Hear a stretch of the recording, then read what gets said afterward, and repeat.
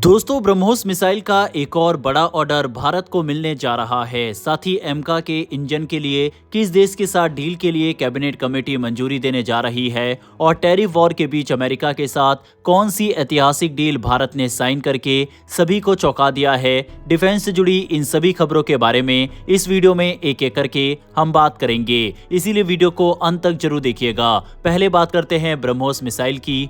Philippines जो पिछले कुछ सालों से साउथ चाइना सी में चीन के बढ़ते दबाव का सामना कर रहा है, अब अपनी सुरक्षा को और मजबूत करने की दिशा में बड़ा कदम उठाने जा रहा है। खबर है कि फिलीपींस आर्मी अब भारत से ब्रह्मोस सुपरसोनिक मिसाइल सिस्टम खरीदने की तैयारी में है। इससे पहले फिलीपींस नेवी की मरीन कॉर्प्स ने भी ये सिस्टम खरीदा था और अब आर्मी भी उसी रास्ते पर चलने वाली है। दरअसल फिलीपींस मरीन कॉर्प्स को भारत से ब्रह्मोस मिसाइल की आखिरी खेप मिल चुकी है और ये मिसाइलें अब पूरी तरह से कोस्टल डिफेंस यानी तटीय सुरक्षा मिशनों में इस्तेमाल की जा रही है। भारत की तरफ से दी गई ट्रेनिंग और तकनीकी सपोर्ट से फिलीपींस काफी खुश है और अब फिलीपींस की आर्मी भी इस मिसाइल को लैंड बेस्ड अटैक रोल्स यानी जमीनी टारगेट पर हमले के लिए इस्तेमाल करना चाहती है। उम्मीद है कि ये डील साल 2026 के बीच पूरी हो जाएगी। फिलीपींस ने सबसे पहले जनवरी 2022 में भारत के साथ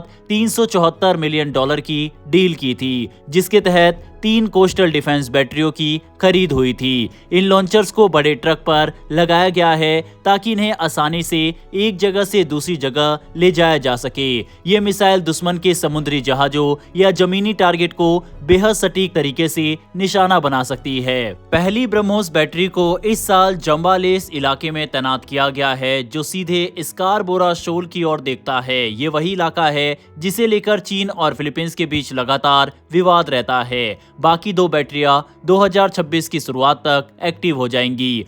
फिलीपींस मरीन कॉर्प्स के अधिकारियों ने बताया है कि भारत की टीम ने न सिर्फ ट्रेनिंग दी बल्कि simulation, on site trouble shooting और लॉजिस्टिक सपोर्ट में भी पूरी मदद की। एक अधिकारी ने तो यहां तक कहा कि भारतीय हथियार क्वालिटी में बेहतरीन है लेकिन महंगे नहीं और उनकी सर्विस बहुत तेज और प्रोफेशनल है। अब फिलीपींस आर्मी भी अपने land based missile system project के तहत 2 ब्रह्मोस बैटरियां खरीदने की योजना बना रही है। फर्क ये रहेगा कि जहां नेवी की मिसाइलें समुद्री जहाजों को निशाना बनाती है, वहीं आर्मी की मिसाइलें जमीनी टारगेट्स यानी दुश्मन के बेस, ठिकाने या एम्फीबियस हमलों के पॉइंट को मारने के लिए इस्तेमाल होंगी। इन मिसाइलों की पहुंच करीब 290 किलोमीटर तक होगी, जो देश के दक्षिणी हिस्सों जैसे मिंडानाओ की सुरक्षा को और मजबूत बनाएगी। बातचीत फिलहाल जारी है और उम्मीद की जा रही है कि 2026 तक ये डील फाइनल हो जाएगी। फिलीपींस सरकार ने अपने 2026 के रक्षा बजट में लगभग $700 मिलियन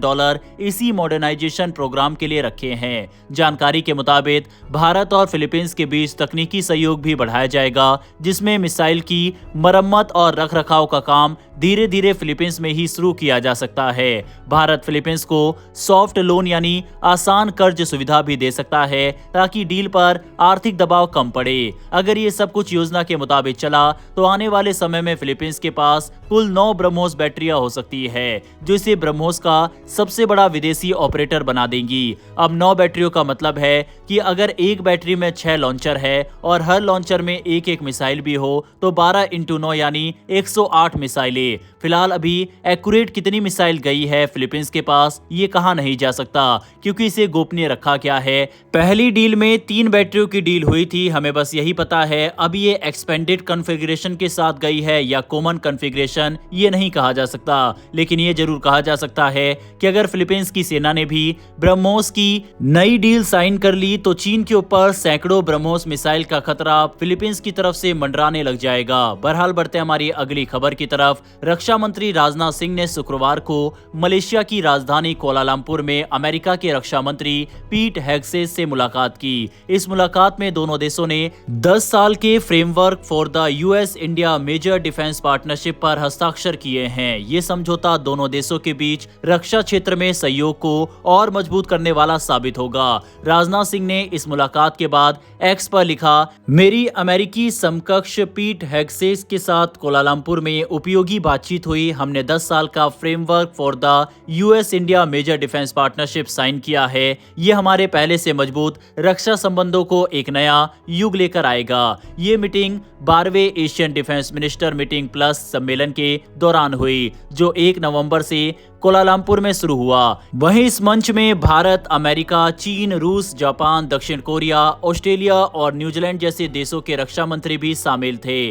राजनाथ सिंह ने कहा कि ये डिफेंस फ्रेमवर्क आने वाले समय में भारत अमेरिका रक्षा संबंधों की पूरी दिशा तय करेगा। ये सिर्फ एक समझौता नहीं है, बल्कि दोनों देशों के बीच बढ़ते रणनीतिक तालमेल का संकेत है। उन्होंने ये भी कहा कि भारत और अमेरिका की साझेदारी इंडो पैसिफिक क्षेत्र को मुक्त, खुला और नियम आधारित बनाए रखने के लिए बेहद जरूरी है। अमेरिकी रक्षा मंत्री पीट हेग्सेस ने भी एक्स पर पोस्ट करते हुए कहा, मैंने भारत के रक्षा मंत्री राजनाथ सिंह के साथ 10 साल का डिफेंस फ्रेमवर्क साइन किया है। यह हमारे रक्षा सहयोग को और मजबूत करेगा, जो क्षेत्रीय स्थिरता और सुरक्षा के लिए अहम है। हम सूचना साझा करने, तकनीकी सहयोग और सुरक्षा समन्वय को और बढ़ाने पर काम कर रहे हैं। बहरहाल दोस्तों, बढ़ते हैं आज की अंतिम खबर की तरफ। देश की महत्वाकांक्षी एमका यानी एडवांस मीडियम कॉम्बैट एयरक्राफ्ट परियोजना के लिए भारत और फ्रांस की एयरक्राफ्ट इंजन निर्माता कंपनी साफरान के बीच इंजन डेवलपमेंट पर साझेदारी को अब लगभग अंतिम मंजूरी मिलने वाली है। टाइम्स नाउ की एक रिपोर्ट के मुताबिक इस मल्टी बिलियन डॉलर डील को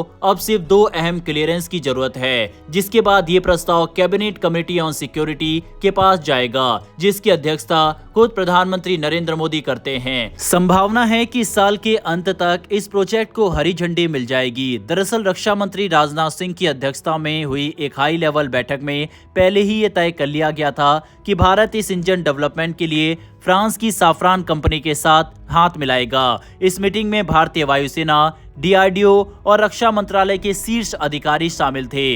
इस फैसले से ब्रिटेन की रोल्स रॉयस, अमेरिका की जीई और रूस की कंपनियां पीछे रह गई। यह कदम सिर्फ तकनीकी साझेदारी नहीं है, बल्कि भारत और फ्रांस के बीच बढ़ते रणनीतिक संबंधों का भी बड़ा संकेत है, खास तौर पर प्रधानमंत्री नरेंद्र मोदी की आत्मनिर्भर भारत नीति के तहत। इस पूरे प्रोजेक्ट की कीमत लगभग 20,000 करोड़ रुपए बताई जा रही है। भारत का GTRE यानी गैस टरबाइन रिसर्च एस्टेब्लिशमेंट और डीआरडीओ मिलकर साफरान के साथ ये इंजन बनाएंगे।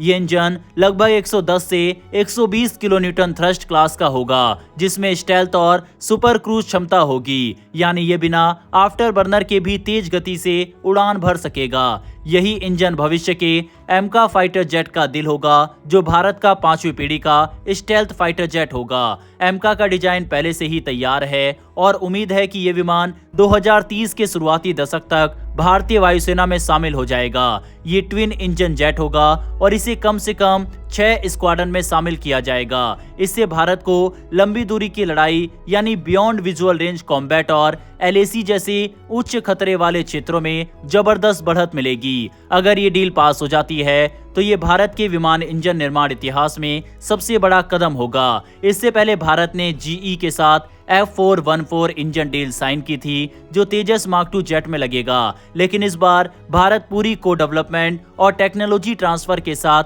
आगे बढ़ रहा है, यानी अब भारत खुद ये इंजन बना सकेगा। वहीं इससे न सिर्फ भारत की तकनीकी क्षमता बढ़ेगी, बल्कि उत्तर प्रदेश के बुंदेलखंड क्षेत्र में प्रस्तावित एरो इंजन हब में हजारों नई नौकरियां भी पैदा होंगी। कुल मिलाकर ये प्रोजेक्ट भारत को आने वाले दशक में न सिर्फ एक स्टेल्थ फाइटर जेट निर्माता देश बनाएगा, बल्कि दुनिया के टॉप डिफेंस इनोवेटर्स की कतार में भी खड़ा करेगा। डिफेंस और वर्ल्ड अफेयर से जुड़ी ऐसी खबरें विद फैक्ट और प्रूफ के साथ हम आप तक पहुंचाते हैं। अगर आपको इस तरह की खबरें देखना पसंद है तो हमें सपोर्ट करने के लिए नीचे दिए गए सब्सक्राइब बटन को प्रेस कर बेल आइकन को दबा लें, जिससे हमारी डेली ऐसी वीडियो आप तक सबसे पहले पहुंच सके। फिर मिलेंगे ऐसी एक नई वीडियो के साथ। धन्यवाद। जय हिंद, जय भारत।